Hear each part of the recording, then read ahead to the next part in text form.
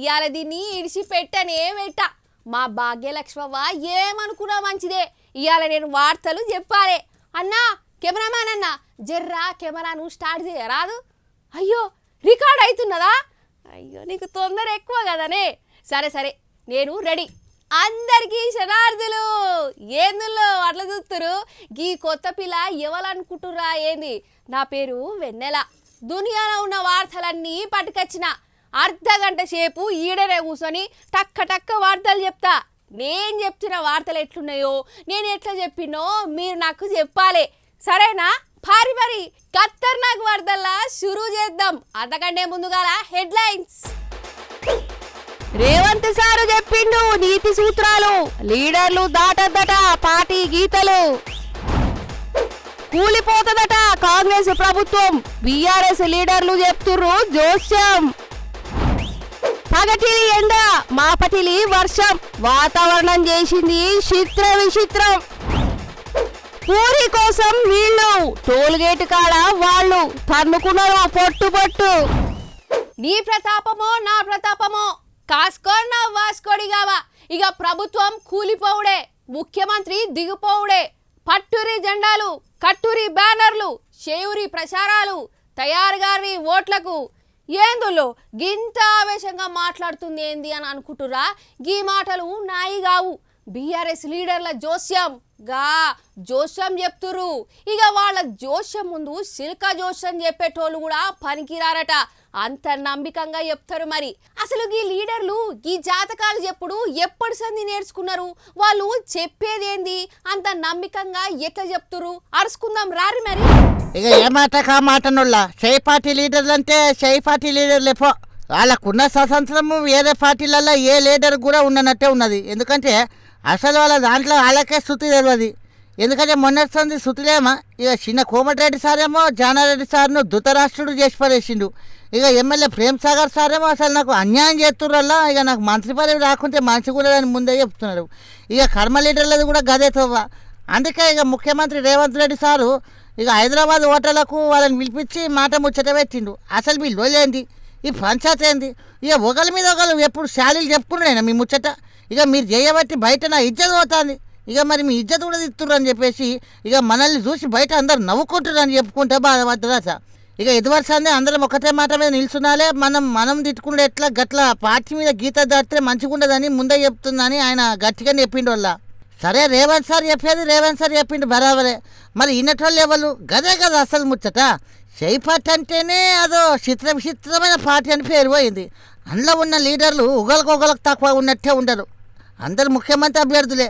ఒకరికొకరు ఏం తక్కువ అన్నట్టే ఉండరు అందరు ముఖ్యమంత్రి అభ్యర్థులే ఎవరికి వాళ్ళే మేమే తోపులం మేమే గొప్పలం మేమే ముఖ్యమంత్రులు మాకేం తక్కువ అన్నట్టే ఉంటారు అసలు వాళ్ళని వేరే పార్టీ లీడర్లు ఇవ్వవలసిన అవసరం కూడా ఉండదు ఇక వాళ్ళకి వాళ్ళే తెచ్చుకుంటారు ఇక వాళ్ళకి వాళ్ళే బంధనం చేసుకుంటారు పేరు కూడా వచ్చింది అట్లనే ఇక ఇప్పటి సంది కాదు వెనకటి సందే ఈ కథ అసలు నన్ను అడిగితే షై పార్టీ ఆచారం కూడా గదే అన్నట్లు అనిపిస్తున్నది మరి ఆ ఆచారాన్ని మానుకొని రేవంత్ సార్ మాట వీళ్ళు వింటారా ఇక పిల్లి మెడల గంట గట్టేదేవలు ఇవో గిట్లనే అనుకుంటారు పబ్లిక్ ఇది ఎండాకాలమే కదా ఎండెట్లా కొడుతున్నదిలా సురుకు అంటున్నది అసలు బయటికైతే ఎల్లబుద్ధి అయితలేదు నేనైతే గీ ఎండలు పాడుగాను అని రోజు తిట్టుకునుడే అవుతున్నది ఇక నేను ఇట్లా గులుగుతున్నా అని అనుకున్నాడు కావచ్చు గా వానదేవుడు సూర్యుని జర్రసేపు మాయం చేసి చీఫ్ గెస్ట్ లెక్క వచ్చిండు అరే అవంటే ఉరుములు లేని పిడుగు లెక్క గిట్లొచ్చి అందరికీ ఓ మలక ముఖం చూపించి గట్ల పోయిండు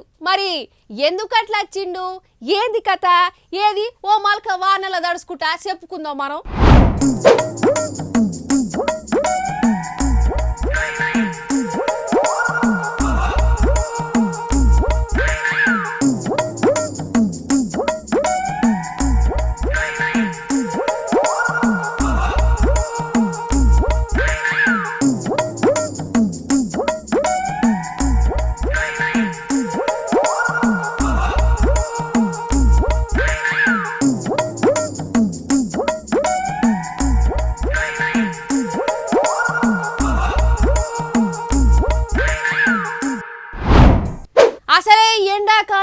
చెప్పులు లేకుండా బయటకి పోతాం అనుల్లా ఒక్క 5 నిమిషాలన్నా ఉంటామా మనం కాళ్ళు సురుకు సురుకు అంటది కాదు, ఎండాకాలం కదా.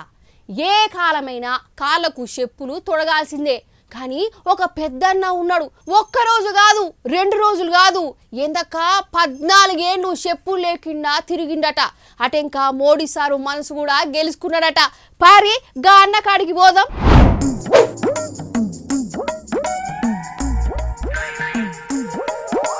రండి రండి రండి, దయచేయండి, తమరి రాక మాకెంతో సంతోషం సుమండి.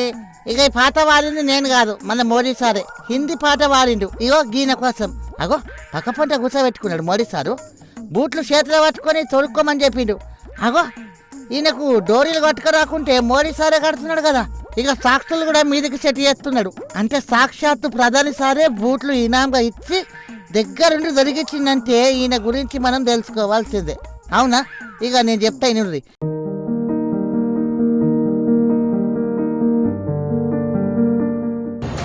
आपने ऐसा क्यों कर दिया?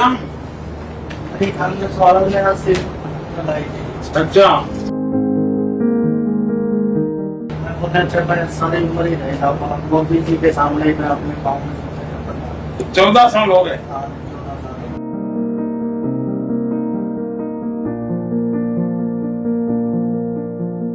ఈయన హర్యానా మనిషి, పేరు రాంపాల్. రాముల వారు 14 ఏళ్ళు అరణ్యవాసం చేసినట్టు ఈ రాంపాల్ అన్న 14 ఏళ్ల సంది ఇక కాళ్ళకు చెప్పులు దొరకలే. ఇక ఎందుకంటారా, ఇక ఈయననేనట మన మోడీ సార్ ఫ్యాన్ అట. ఇక ఈ ఫ్యాన్ మోడీ సార్ని కలిసేదాకా నేను చెప్పులు దొరక అని శపథం చేసిండు. ఇక అప్పర్ సంది చెప్పులు లేకుండానే తిరుగుతుందట. ఇక మన మోడీ సారు హర్యానాకి వచ్చినాక రాంపాల్ అన్న గురించి ఎరికైంది. ఇక దగ్గరికి పిలిపించుకొని ఈయన చేతులకు కొత్త బూట్లు పెట్టి దగ్గరుండి దొరికిచ్చిండు. ఇక ఇంకోసారి గిస్తుంటే శబదాలు చెయ్యకు, దేశానికి సేవ అయ్యని మోడీ సారు కొన్ని మంచి ముచ్చటి చెప్పిందట. लेकिन बाद में फिर कभी ऐसा करना नहीं, है? कभी नहीं। काम करना चाहिए, ऐसा क्यों कर रहे हो? अपने आप को करते रहना।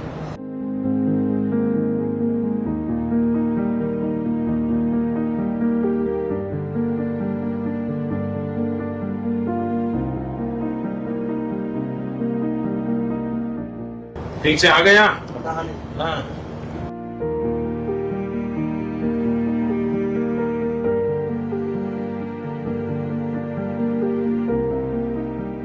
चलिए, जूते पहनते रहना है। मैंने सोचा भी नहीं था कि आपके तक समझ नहीं। पक्का था आपके बदले। ఇక మొత్తానికి ఒక సాదాసీదా మనిషికి స్వయంగా మోదీ సారే దగ్గరికి పోయి చెప్పులు కొనిచ్చి శుద్ధులు ఎప్పుడుతోనే ఈ అన్నది ఒక్క సంబరం కాదు. ఇక రాత్రే సెలబ్రిటీ అయిపోయాడు. జనాలు ఇప్పుడు సెల్ఫీలతోని మొసమర్రకుండా చేస్తున్నట. ఇక అట్లుంటది మరి రాత మారిపోవడంటే కదా.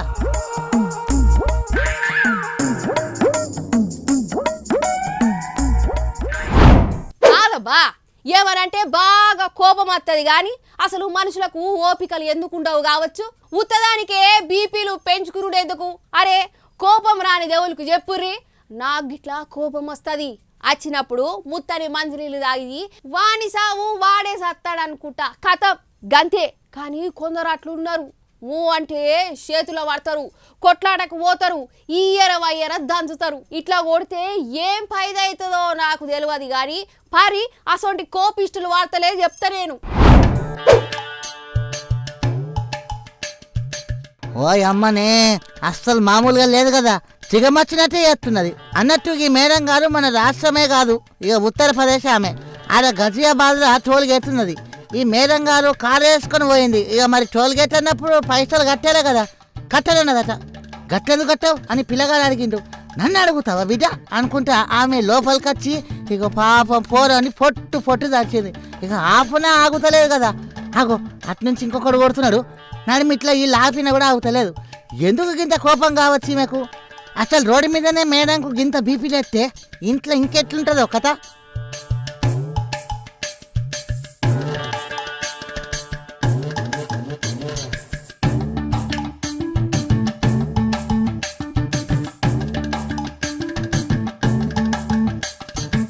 ఇక నాకైతే ఈ సీన్ చూసినాక ఆమె పెన్మెటి యాదకొస్తుందల్లా, పాపం కదా.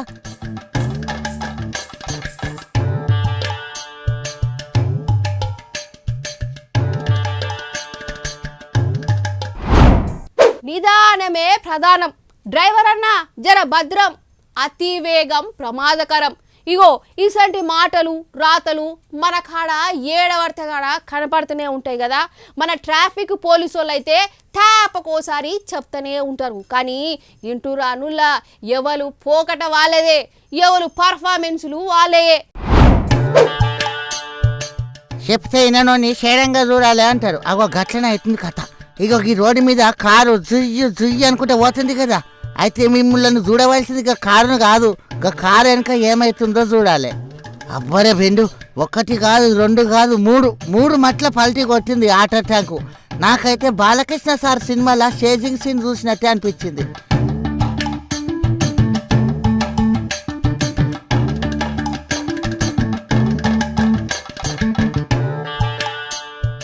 అసలుకి వాటర్ ట్యాంక్ అవునికి ఏం పోయే కాలం వచ్చింది కావచ్చు. ముంగతున్న కారు కంటే ఇస్పుడుగా పోదామని కట్టింగ్లు గిచ్చుకుంటా మరీ నడిపించిండు. అదేమో బ్యాలెన్స్ తప్పింది, ఇక బోల్తా పడ్డది. అవసరమా అట్లా పోవరు? ఇక ఈ కథ అంతా బెంగళూరులో జరిగింది.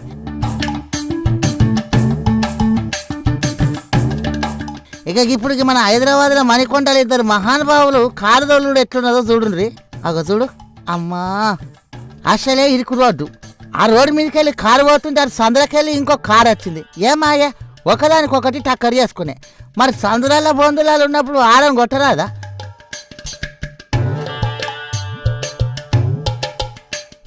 అయినా అలా చిన్నపాటి స్పీడ్ బ్రేకర్ పెట్టేది ఉండే. స్పీడ్ బ్రేకర్కు పెట్టుకున్నాక పోయేటోళ్ళు నెమ్మదిగా పోతే ఏమవుతుంది? ఇటువంటి సందులో సిగ్నల్ ఉన్నప్పుడు ఓ అనుకుంటే ఏదో ఎత్తిపోతున్నట్టే చేస్తారు. ఇప్పుడు చూడిగా ఇక టక్కర్ అయిపోయినాయి. ఎంత స్పీడ్గా పోదాం అనుకుంటే అంత ఆలస్యమైనట్టే కదా. ఇంకా నయ్యం ఎవరికేం కాలే.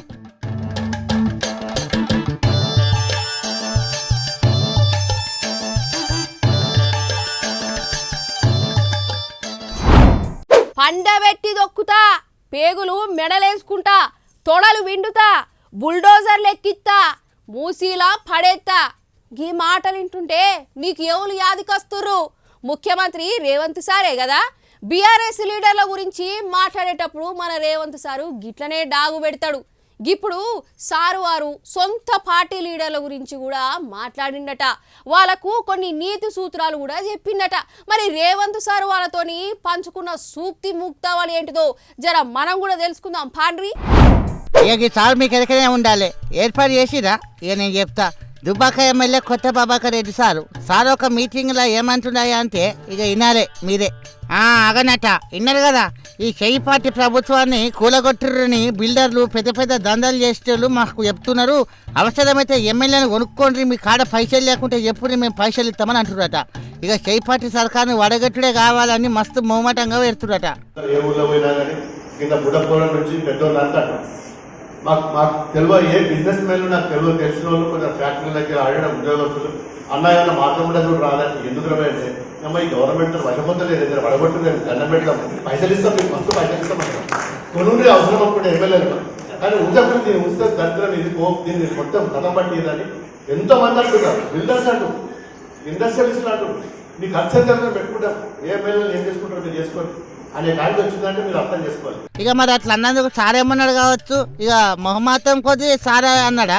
ఎమ్మెల్యేని కొంటాడా? ఇక ప్రభుత్వాన్ని వరగట్టే ఉపాయం ఏమన్నా ముందటేసుకున్నాడా మనకు తెలియదు. కానీ ఇక కొత్త ప్రభాకర్ రెడ్డి సారు పడగొట్టే ముచ్చట గట్లుంటే ఇక ఎర్రబెల్లి దయాకర్ అన్న కూడా గిట్టని చెప్తున్నాడు.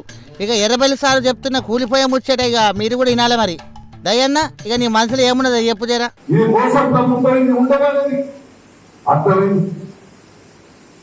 ఎప్పుడు మంత్రివర్గం ఇస్తున్నావు అప్పుడు పడిపోతుంది, 100% పడిపోతుంది, బాధపడుతుంది. స్థానిక ఎన్నికలు ఎందుకు పెట్టలేదనుకుంటారు? సర్వే చేస్తే ఒక 10 నియోజకవర్గాల్లో గెలిచే చూడలేట. కానీ మనంటే అన్నింటితో పడిపోతుంది, అన్ని టీఆర్ఎస్ ఉంటున్నారు. గెలిస్తే ప్రభుత్వం పడిపోతుంది, టీఆర్ఎస్ గెలిచే ప్రభుత్వం పడిపోతుంది. భయంతో స్థానిక ఎన్నికలు పెట్టలేదు. నేను మొదటి నుంచి అంటున్నాను, దమ్ముంటే స్థానిక ఎన్నికలు పెట్టి చూడు, ఈ సత్తా మా సత్తా అందరికీ తెలుస్తుంది. మేము ఓడిపోయిందంటే మేము రాజకీయాల నుంచి విత్డ్రా చేసుకుంటామని చెప్పారు. 6 మండలాలు ఉన్నాయి. 6 మండలాల మున్సిపాలిటీలా 1 సైడ్ టీఆర్ఎస్ గెలవబోతుందని కూడా ఈ సందర్భంగా గది సంగతి. ఇక ఇప్పుడున్న మంత్రివర్గం ఇంకా జరంత పెద్దగా చేయంగానే ఇక ఈ ప్రభుత్వం కూలిపోతుందట. ఇక లోకల్ ఎలక్షన్లు ఉన్నాయి కదా, ఇక ఎలక్షన్లలో చేయి పార్టీ తుక్కు ఓడిపోతుందట. అగర్సే ఓడిపోకుంటే ఇక నేను రాజకీయాల నుండి తప్పుకుంటా, ఇక మళ్ళీ ఓట్ల తెరవకు రానని నమ్మకంగా చెప్తున్నారు. ఇక పిల్ల పుట్టుక ముందే కుళ్ళగొట్టినట్టు ఇక సారుకి ఇవన్నీ ముందే ఎట్లెరకైందో ఏమో మరి ఇలా ముచ్చట మీద చేయి పార్టీలను అడిగితే ఏమంటారు? బీఆర్ఎస్ లీడరు ఇవన్నీ నడమ రాత్రి పూట నిద్రపోవడు బంద్ చేసిర్రు, ఇక పగటి పూట నిద్రపోతున్నారు, అందుకని పగటి కళలు బాగా నచ్చినాయి వీళ్ళకని చెప్పుకొచ్చుండ్రు. ఇది మొదటి నుంచి ఇందిరమ్మ ప్రభుత్వం ఏర్పడిన దగ్గర నుంచి ఇదే క్యాసెట్ వాళ్ళు మొదలు పెడుతున్నమాట వాస్తవం. ప్రభుత్వం ఏర్పడిన మొదటి వారం రోజుల నుంచి అధికార దహంతో ప్రజలు చాలా క్లియర్ గా కాంగ్రెస్ పార్టీకి ఇందిరమ్మ ప్రభుత్వానికి మద్దతు తెలిపి పూర్తి మెజారిటీ ఇచ్చినప్పటికీ ఈ ఇందిరమ్మ ప్రభుత్వాన్ని మేము కూలుస్తామని అనేక పర్యాయాలు ఆనాడు 10 సంవత్సరాలు పరిపాలించిన పార్టీ నాయకులు తహతాలాడుతున్నారు. ఇక మరి చూడాలి బీఆర్ఎస్ పార్టీ లీడర్లు జోస్యం నిజమైతుందా లేకుంటే మరి వాళ్ళు నిజంగానే పగటి పూట నిద్రపోతుర్రా, ఇక కొన్ని వద్దులల్లా ఎరకైతుందని జనాలు చెప్తుర్రు. చూసిరు కదా గిది ఎన్నెల ముచ్చట్లు. మళ్ళొచ్చే ఖతర్నాక్ వార్తలతోటి కలుద్దాం. ఉంటామల్లా.